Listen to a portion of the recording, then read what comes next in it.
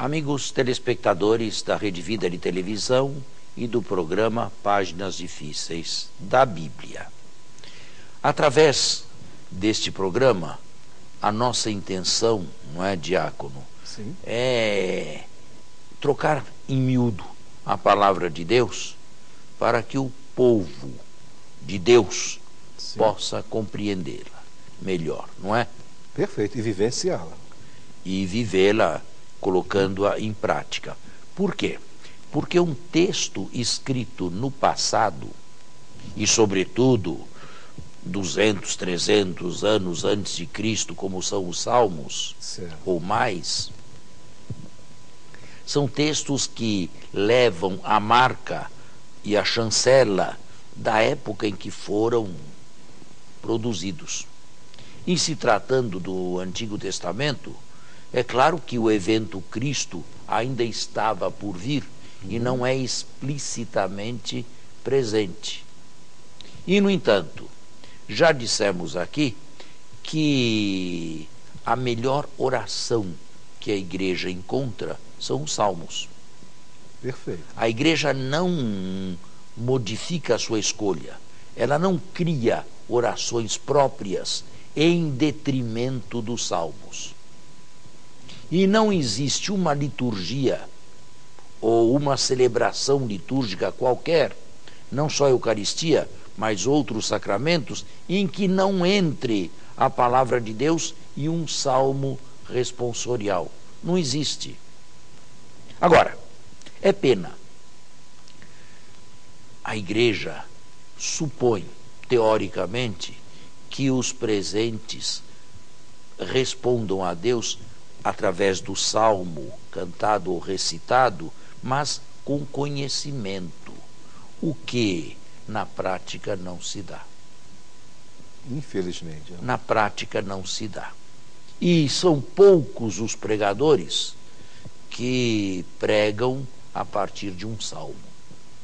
Verdade. Normalmente se prega ou a partir do Evangelho ou a partir de alguma leitura anterior ao Evangelho. Mas eu nunca ouvi uma pregação a respeito de salmos. Nunca. Jamais. Então, este programa quer suprir uma lacuna. E o telespectador fique também ciente que, às vezes, por razões próprias dela, da Rede Vida, o programa não vai ao ar. Não é frequente, mas acontece.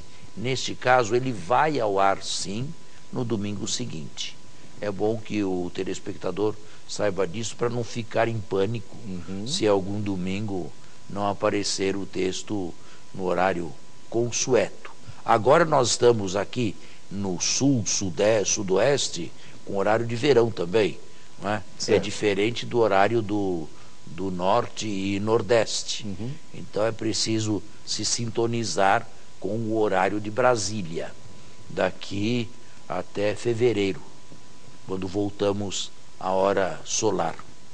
Tá bem? Tá bem. Bom, nós terminamos, e eu quis dar uma longa catequese e teologia a respeito do Salmo 110. Não vou fazer isto em todos os salmos, porque senão nós vamos passar aqui 3 anos vendo os salmos. Mas valeu aquela explicação teológica? E como valeu? Foi clara? Claríssima. Bem, ela foi exaustiva ou tem alguma pergunta a ser feita? Não me ocorre. No momento não me ocorre alguma pergunta. Não? Não. Bem,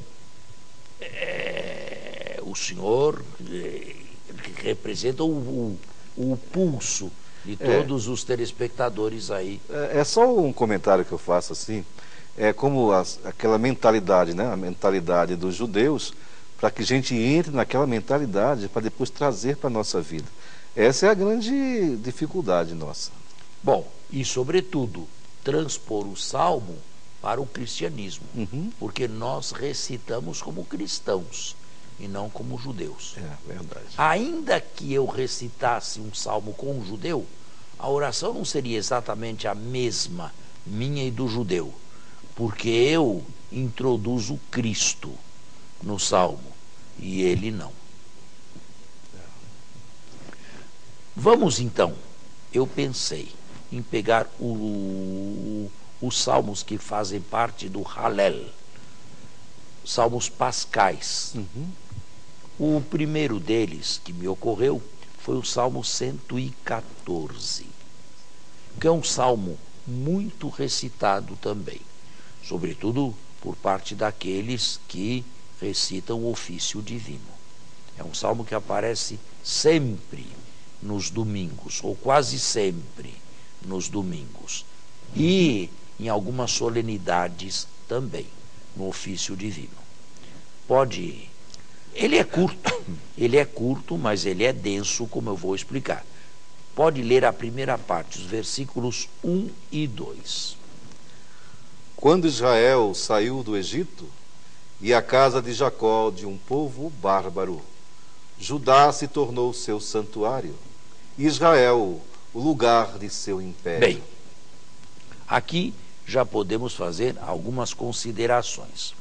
Quando Israel saiu do Egito, a casa de Jacó é sinônimo de Israel. Judá, propriamente, era a monarquia do sul. Havia duas monarquias, a de Israel no norte, ou também Jacó, e a de Judá ao sul. O salmo foi composto quando elas não existiam mais. Porém, ele, de certa maneira, remontando-se ao passado histórico, bíblico deste povo aqui, ainda se recorda da época em que Israel e Judá viviam juntos.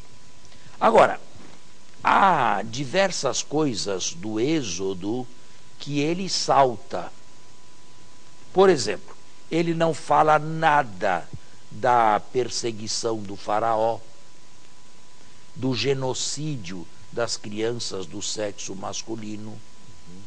Ele não fala nada a respeito das pragas, nem da última praga, que foi a morte dos primogênitos. Ele não fala nada da aliança do Sinai e da travessia do deserto. Ele tem uma visão própria, compacta e reduzida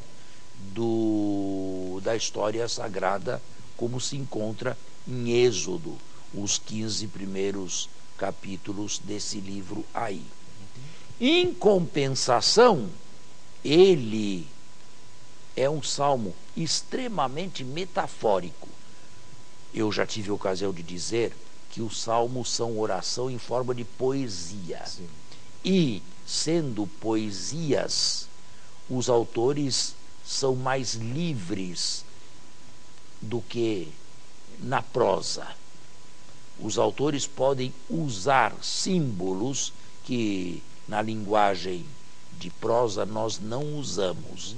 Ele, por exemplo, apostrofa o Mar Vermelho, no início da partida, e o Jordão, no final da partida, como se fossem criaturas inteligentes. Apostrofa montanhas e apostrofa colinas.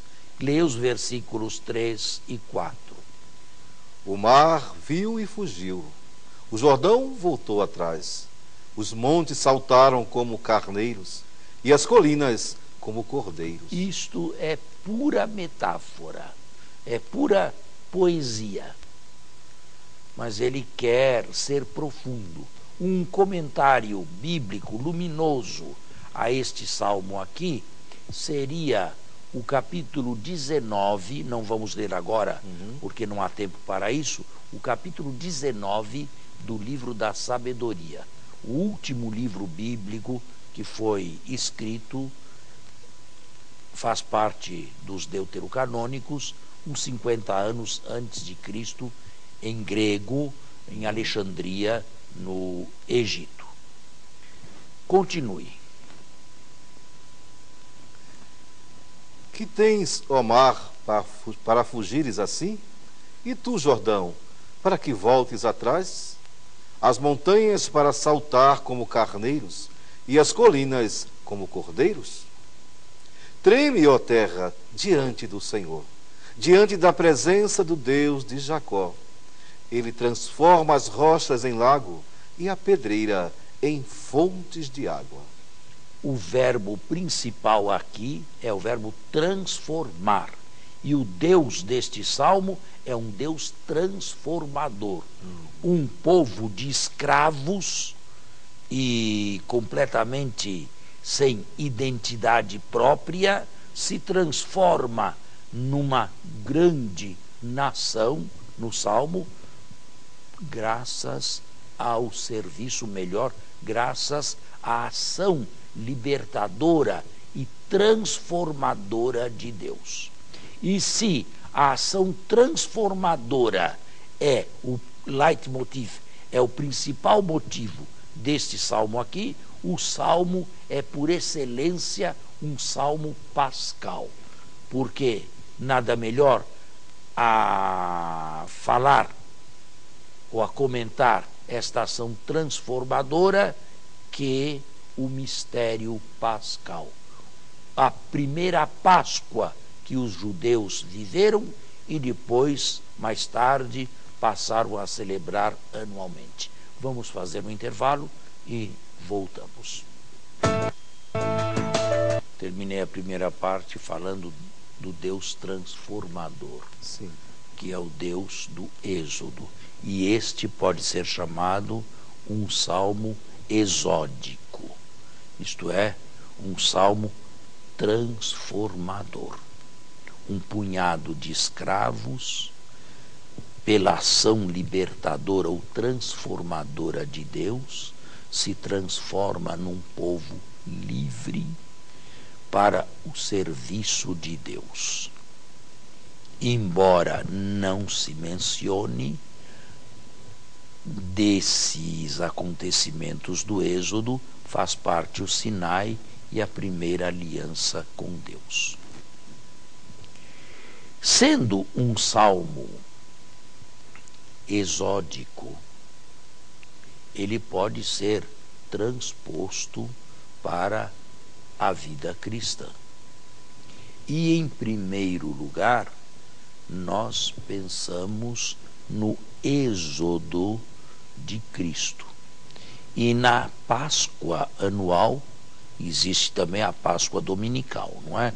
Mas na Páscoa anual, com maior solenidade que na dominical, nós celebramos a passagem do Cristo desta terra para Deus, o Pai. Certo.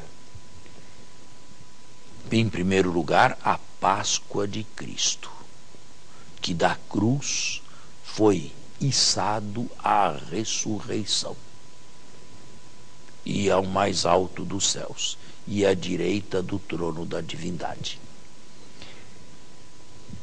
Sempre subordinada à Páscoa de Cristo, nós podemos pensar na nossa Páscoa. E o Egito se transforma num símbolo de tudo aquilo que é negativo, no símbolo da escravidão, no símbolo do pecado, no símbolo do vício, dependendo do que entendemos exatamente por libertação. Existem libertações verdadeiras e existem falsas libertações.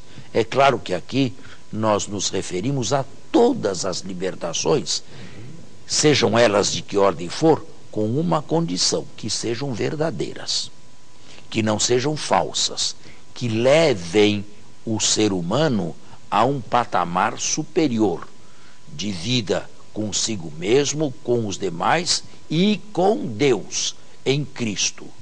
Bom, esses todos deixaram o Egito. Entendem?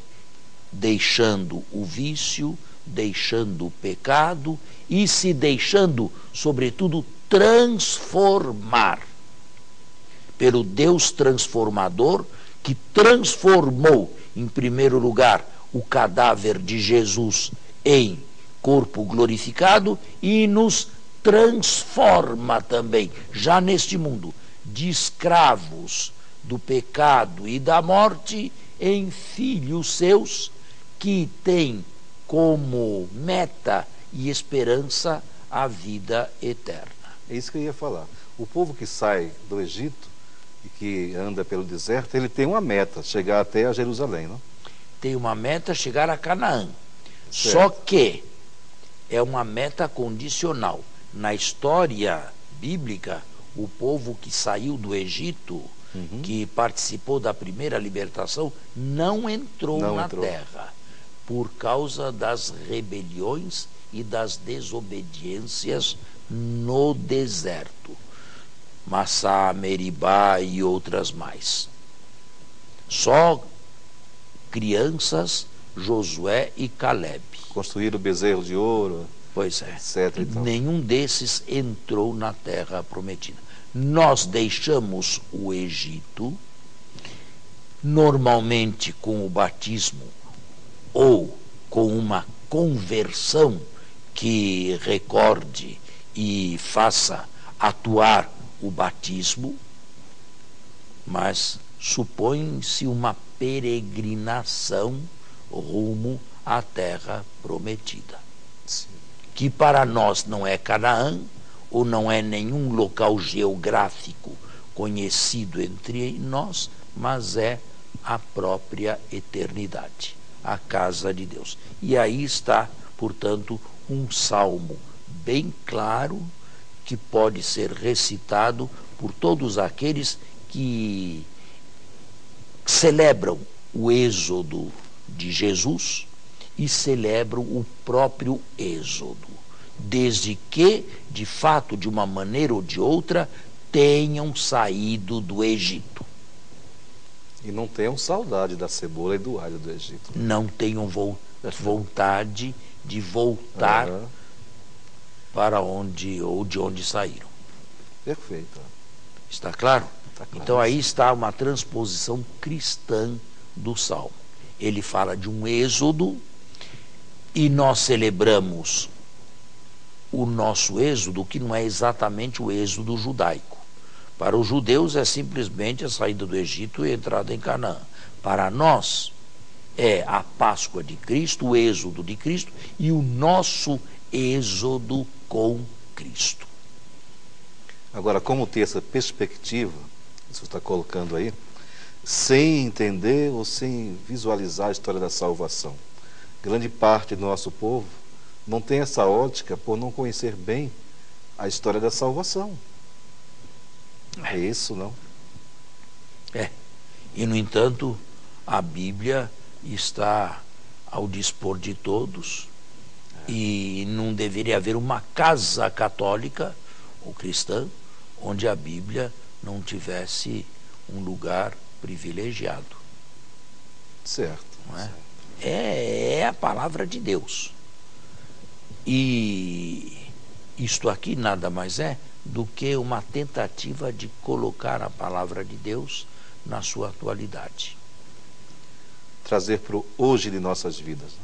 Exatamente. Normalmente se fala normalmente que a Bíblia é a palavra de Deus. Atenção, a expressão não é clara e não é certa.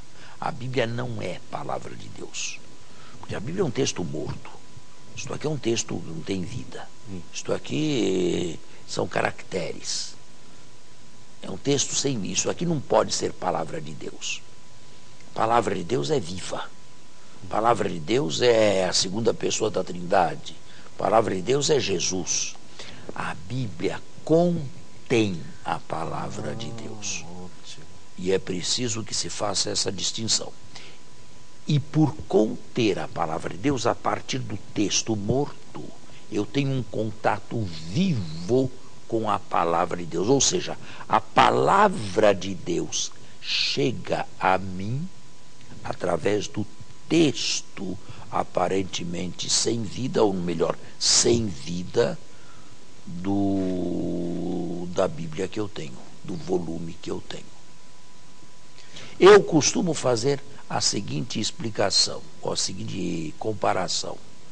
A Bíblia se comporta como um jumentinho. Lembra-se da entrada de Jesus em Jerusalém? Sim. Pois é, a Bíblia é o jumentinho e a palavra de Deus, que é Jesus, montada no jumentinho. Nós vamos ao texto, que é o jumentinho, e o texto nos leva à palavra de Deus, que está como que por cima dele ou por dentro dele. Bela comparação. Bela comparação. Está claro? Claríssimo. Isto aqui não pode ser palavra de Deus. Palavra de Deus é viva. A palavra de Deus é Deus. E isto aqui não é Deus. Isto aqui é um texto morto. Isto aqui é um texto sem vida. Isto aqui é um conjunto de letras. E um conjunto de letras não pode ser palavra de Deus. No entanto, Deus assumiu um conjunto de letras para, de certa maneira, conterem a sua mensagem. E através da letra do texto, eu atinjo a palavra de Deus. Ou, dito de outra maneira, a palavra de Deus viva me atinge através do texto morto, porém lido, e que a contém. Entendi. Por isso que ela traz os seus efeitos, já que ela é viva. A palavra de Deus é por isto que um texto pode ser lido 1000 vezes, e esse salmo recitado não sei quantas vezes, e sempre produzir um efeito novo. Qualquer texto bíblico. Porque por detrás do texto está a palavra de Deus, que é inexaurível. Por isso não somos a religião do livro, mas a religião da palavra de Deus. Da palavra de Deus. Que, no entanto, chega a nós através das mediações humanas, no caso aqui, através do livro, do texto, e mais, de uma língua concreta. De uma língua bem concreta, na qual ela se transmitiu pela primeira vez. O hebraico para o Antigo Testamento e o grego para o Novo Testamento. E para sempre o texto hebraico e o texto grego são normativos. E qualquer tradução é aproximativa. E pode ser boa ou pode ser má, dependendo do grau de aproximação ou de afastamento do texto original. Está bem claro? Está bem claro. Bem, agora nós iríamos, eu gostaria de começar o salmo seguinte, o salmo 115. Só que nós não temos mais tempo.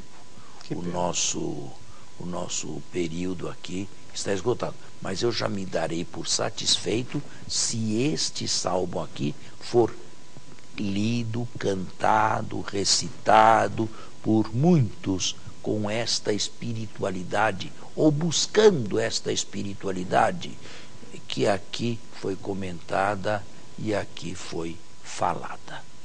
Então, me despeço e até a semana que vem, se Deus quiser.